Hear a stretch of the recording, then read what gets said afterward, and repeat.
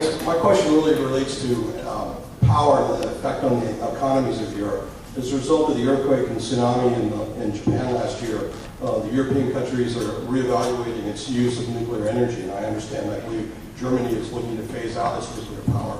And with nuclear saber rattling going on in Iran right now, and the threats to oil flowing out of the Straits of Hormuz, what impact will the energy crisis have on the economic recovery of Europe, in your opinion?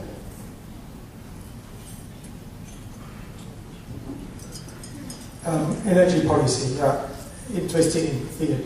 From the German perspective, you should know that, first of all, we are not a nuclear power like France, Britain, the US.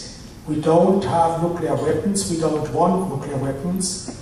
That is why we also don't need nuclear power stations, because this is connected somehow. Secondly, we have realized that nuclear power is financially, economically not viable if you include the costs for demobilizing, so to say, nuclear power stations. You know, nowhere in the world, including this country, is a repository for nuclear waste. Yucca Mountain has cost you billions of dollars and it's still not an official repository. And then we have found out that the new forms of energy, renewable energy, is also a way of innovating our economy. We create new jobs, new technologies, we go into the future. So we do not depend anymore on oil and coal. We have plenty of coal, but coal, you know, coal is nowadays cheaper to transport from Australia to Germany than to dig in the German mines. But the energy policy is also a multilateral and an international policy. And again, I think we depend on each other, and I think we will find also a common way into the future, a sustainable way.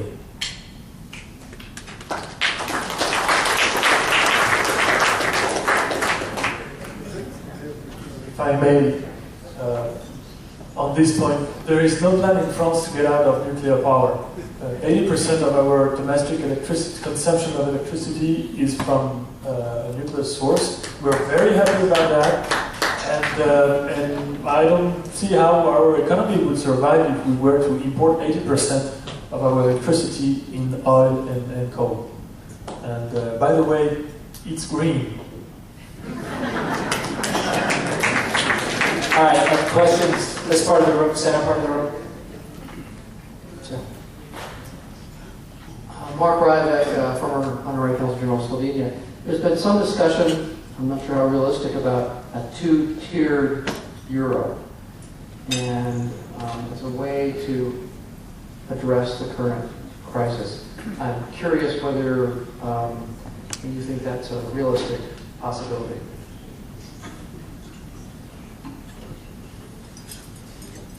No, I don't think it's a realistic possibility. I mean, of course, there are imbalances in Europe. There are countries that perform currently better than others. But like we all were saying before, it's in everybody's interest that Europe keeps working better and better, because if the current rules continue, it's not just the southern countries or the weaker countries that will pay the price, but also the other countries, because in the economy today we're all connected. So one exporter is the other country's importer. So I don't see how that will take place. It's in the interest of really nobody. If the euro were to fall apart, there would be two different currencies. One would be overvalued and the other one would be undervalued. There would be a huge source of imbalance, and I think that really that serves the interest of nobody. What is important is that we make the decisions together, that we finalize the talks that we're currently engaged in, and that we find solutions that are appropriate to deal with this very difficult moment. And by that I mean that we really need to, because we cannot say that there is no crisis, because that's a subjective opinion. The crisis is there because the markets otherwise would all be fine, and the markets would not pound one country after the other. There is a crisis of confidence, and we have to deal with that. So we should not say that there is no crisis.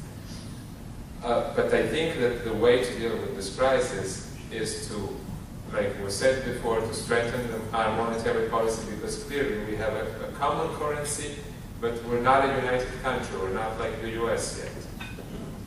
So we need to strengthen our monetary union, and at the same time we need to harmonize our fiscal policies, because until we do that, there is always, we might overcome this moment, but there might be at a time of international recession where these issues will resurface, and we need to make sure that we have our house in order first.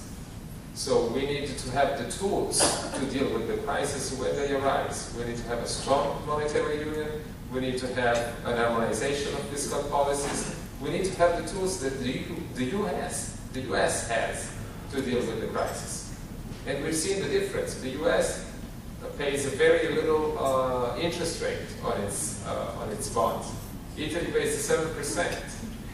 So this is a great obstacle for us, because we had a primary surplus in our budget last year. We didn't have that, but it was a deficit because we had to service our debt.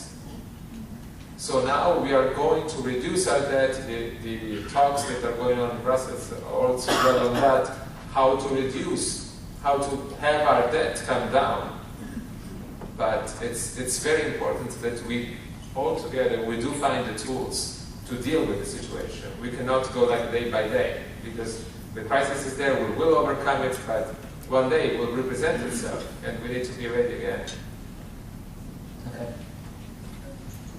As we look forward, we're talking about crisis, and when we look back on the best indicators in the past that have given us our best indicators of our best assessments of economics, the number one indicator, in my opinion, has been birth rate or birth decline.